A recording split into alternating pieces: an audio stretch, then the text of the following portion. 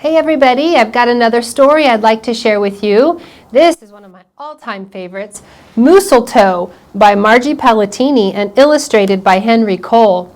The AR test number for this book is 42924. I'm going to say it again, 42924.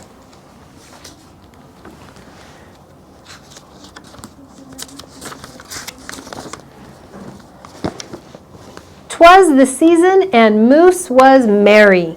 He joyfully tickled the ivories with a tuneful of tidings and a flurry of fa-la-las. He was so full of ho-ho-hos, even his moustache had the holiday spirit. But Moose was more than just a bit merry and bright. He was busy, busy, busy.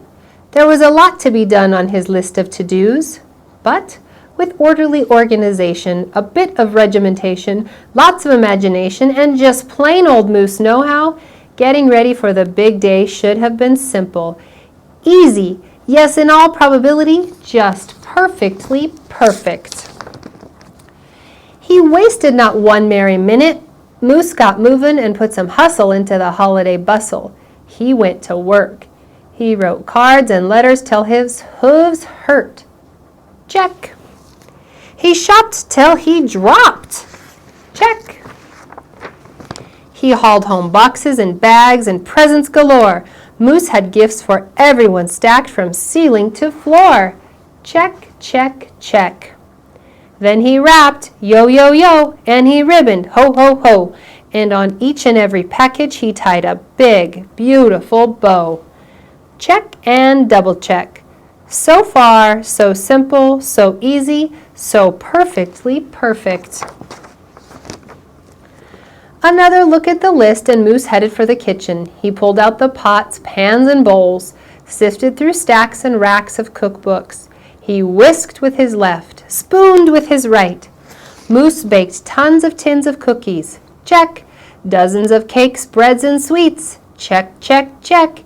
He made jellies, sticky jams. Moose roasted a goose and some chestnuts. He toasted marshmallows and yams. Check, check, check. Triple check.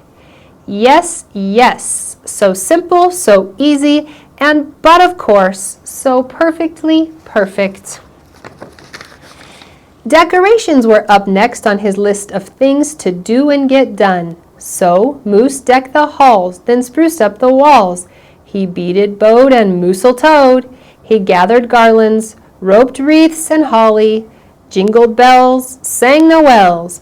Oh, good golly, this Moose was jolly. Check, check, check, check, check, check.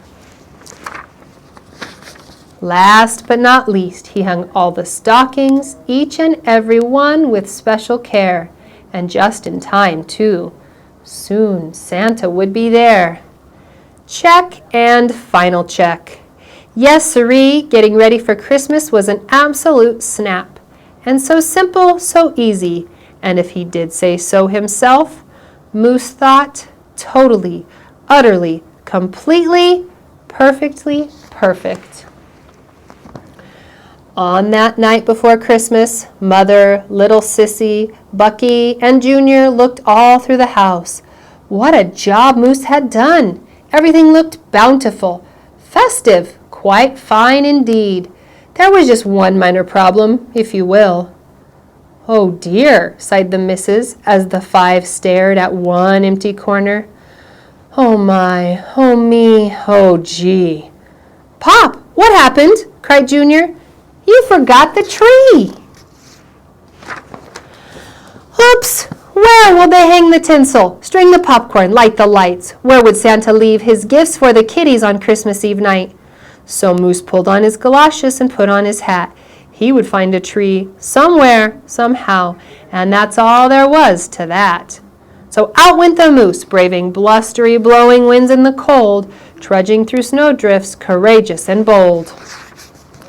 Moose first hoofed it down to the corner, not a tree to be had. Then he slid around the block. Uh-oh, things were looking bad. He went down every boulevard, street, and little road. He looked down lanes and alleys. Every tree had been sold.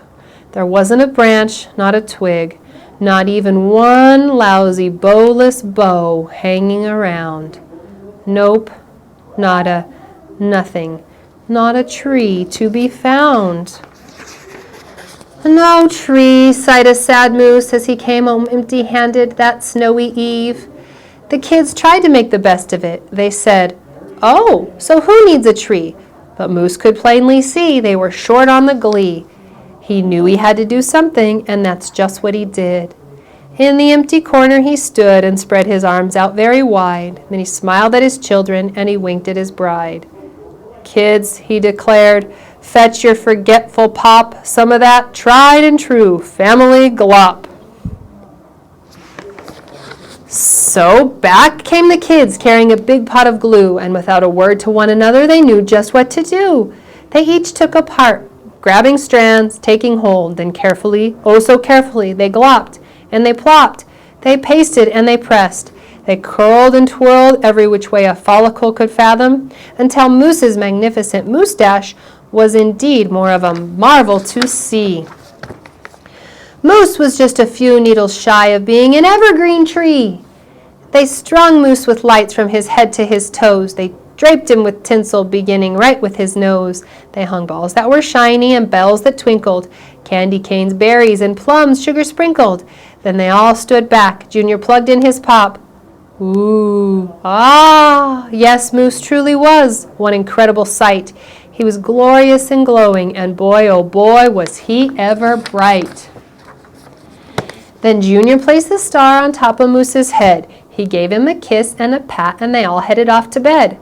Except Moose, of course. He stayed in the corner instead, still twinkling and blinking and waiting for Santa.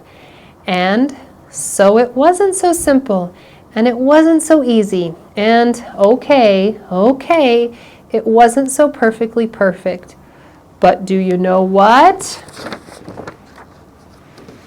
It was pretty close. Ho, ho, ho.